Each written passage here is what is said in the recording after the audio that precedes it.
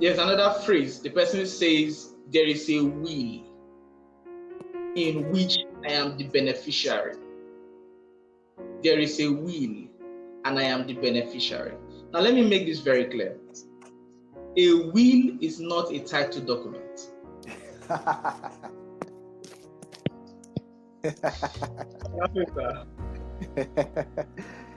Okay.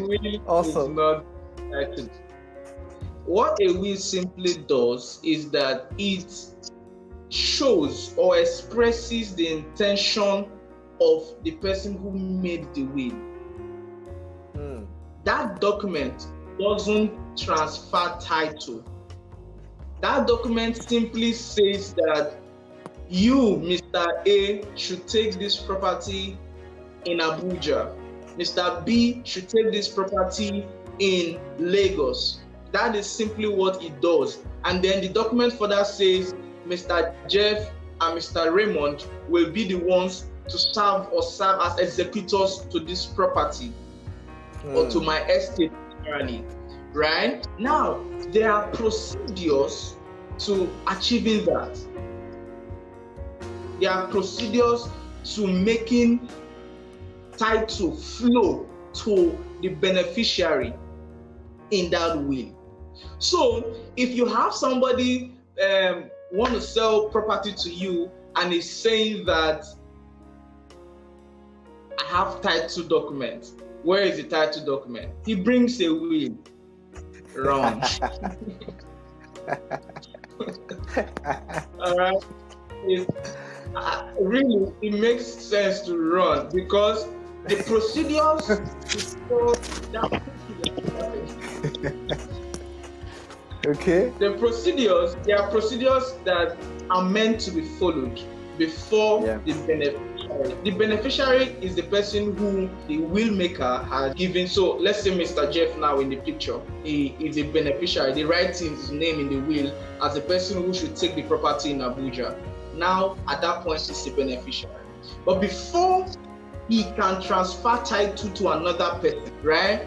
A document which is referred to as an assent must have been executed by the executors that have been mentioned in that will. So through that document, which is known as an assent, title is given to him through the executors. So if you don't see that document, which is referred to as an assent, if you don't see that document, then you don't have any business transacting with that person.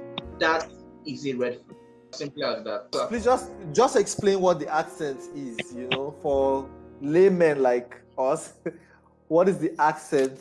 Now, I use you as an example. I said, for instance, let's say I'm so rich and I'm about going to meet my father in heaven.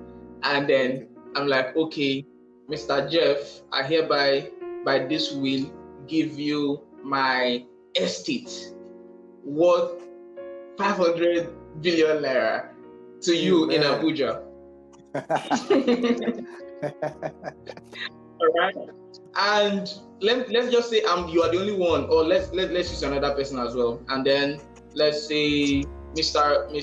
Ijeomah, you should take the property. I hereby will the property in enugu to you, right? And then I transmit to the heavenlies. In that document, I also would have appointed Mr. Buhari and say Mr. Goodluck Jonathan as executors. Their duty or duties, as far as that will is concerned, is to go and apply for probate. But in summary, their duty is to do certain things as the court registry. Having done that, they are vested, they are granted, it's called probate, they are granted probate. Now, once that is done, it gives them the legal right. Title automatically now vests in them from me. Do you understand how it flows now? Remember, I said that you can't give what you don't own.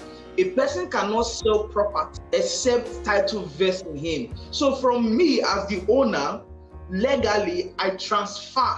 In fact, the will does not even transfer title to the executors. Do you understand? It is at the state registry that certain things are done and title now legally vests in the executors.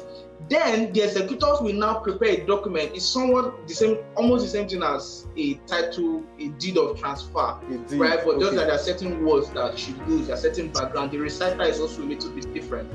It also should establish how the will, how they all got to the point where we got to be able to transfer that title. So at that point, the people I appointed haven't done the necessary things that should be done at the probate registry. We then have the right to prepare that document. They will be the ones to sign. And as a matter of fact, this is also one of the red flags. I think we'll talk about that in our next week. Only one person cannot transfer that title. Yes, when you see an assent signed by only one person, you should be careful. You should ask, you should dig in very deep, very, very deep, to be sure that somebody is not doing something fraudulent. In fact, I think we're already talking about that as number 5. So we'll merge these 4 and 5 together. And then let me tell you a story. I was coming back from court one day, and I had to join my one of the seniors in my office complaints. I was having a conversation, and he told me he just left court for a very bad. And I was like, okay, what happened exactly? He gave me a background of what happened. And so, in summary, his client bought a property that only one executor signed. Sorry, when you mean executor, who is an executor? Okay, an executor is the person I appointed to manage my estate after my death. The client, his own client, bought a property that was signed by only one executor. And it sent a message of fraud, because the reason they appoint more than one is to be sure that the man's estate will be properly managed, and his interest, even though he is dead, will be carried out. His instructions will be carried out to the letter. Okay, so this man bought from somebody who, first of all, the guy claimed that his father, he is the first son of the father. Basically, he was saying he's the first son. If you are the first son and there was no will, then what you should be getting at the registry is called a letters of administration. Now, if there is a will or there was a will, what you'll be getting is probate. Okay? He claimed that he was the first son and that there was a letter of administration. However, on the other side, he claimed that there was probate. Now, here's the problem. In the whole picture, the person we blamed at the end of the day was the client's lawyer. The lawyer who prepared those documents, because at that point he should have asked certain questions, right? So basically, let's leave this technical part. I hope subsequently we can break all of these subjects down. We could talk about will on a day, and then that would have time to explain all of them.